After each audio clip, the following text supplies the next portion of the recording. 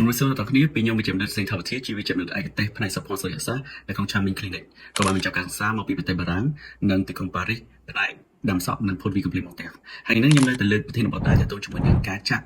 សារធាតុ paraffin ឬក៏ silicone liquid យ៉ាងទៅលើអ្នកជំងឺដែលអ្នកជំងឺជាច្រើនដែលគាត់មក complain ពួកយើងគាត់បានចាក់រាប់ឆ្នាំហើយ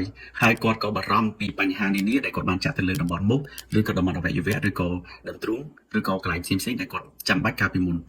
ហើយរៀងរាល់ពេលដែលគាត់ទៅពេទ្យមួយគ្រប់ពេទ្យទាំងអស់តែងតែប្រាប់គាត់ថាចាំពេទ្យធ្វើទុកចាំគាត់មកដកសារធាតុនឹងចេញសម្រាប់ខ្ញុំជាយោបល់របស់ខ្ញុំជាគ្រូពេទ្យឯកទេសម្នាក់ខ្ញុំមិនអោយអ្នកជំងឺរបស់ខ្ញុំរងចាំពេលមានបញ្ហាហើយចាំមកដោះស្រាយទេព្រោះបើសិនជារងចាំយូរពេកពេលដែលគាត់មានបញ្ហាគាត់ត្រូវព្យាបាលបញ្ហារបស់គាត់ជាមុនសិនហើយបន្តមកទៀតគាត់ត្រូវរងចាំពេលដើម្បីវះដកសារធាតុនឹងទៀតដើម្បីកុំឲ្យវាធ្វើទុកគាត់ម្ដងហើយម្ដងទៀតហើយដូចអ្នកជំងឺនេះដែលអ្នកទាំងគ្នានឹងស្ដាប់ដែរគឺគាត់តាក់ទងមកយើងក៏រៀងយូរដែរហើយគ្រូពេទ្យនៅប្រទេសក្រៅគាត់នៅថៃប្រាប់គាត់ថាឲ្យគាត់រស់នៅជាមួយសារធាតុនឹងសិនទៅចាំពេលមានបញ្ហាចាំមកវះកាត់ប៉ុន្តែដូចខ្ញុំប្រាប់ពីដើមរងចាំពេលមានបញ្ហាហើយមកធ្វើការព្យាបាលវាពិបាកជាងការដែលយើងនៅធម្មតាហើយមកវះដកចេញឆាំពីថ្ងៃបងខ្ញុំស្មានបើស្រួលខ្លួនដល់ពេលណាទៅក៏មានរំពេចឈើមកទៅហ៊ានជើងហើយឈើកន្លែងស្រួលគាត់ដែលយើងចាក់ហ្នឹងបង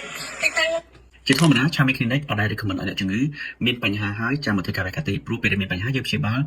បញ្ហាផ្សេងតែបើករណីធ្ងន់ធ្ងរខ្លាំង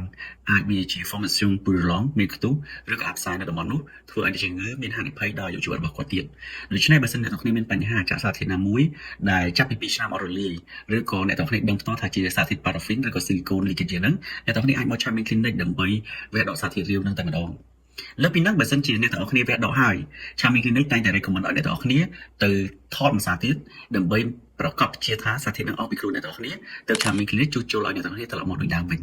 នេះជាអ្វីដែលអ្នកទាំងអស់គ្នាចង់ដឹងពីចម្លើយរបស់ Charming Clinic ហើយយើងតែងរងចាំអ្នកទាំងអស់គ្នាដើម្បីព្យាបាលអ្នកទាំងអស់គ្នាគ្រប់ពេលអរគុណ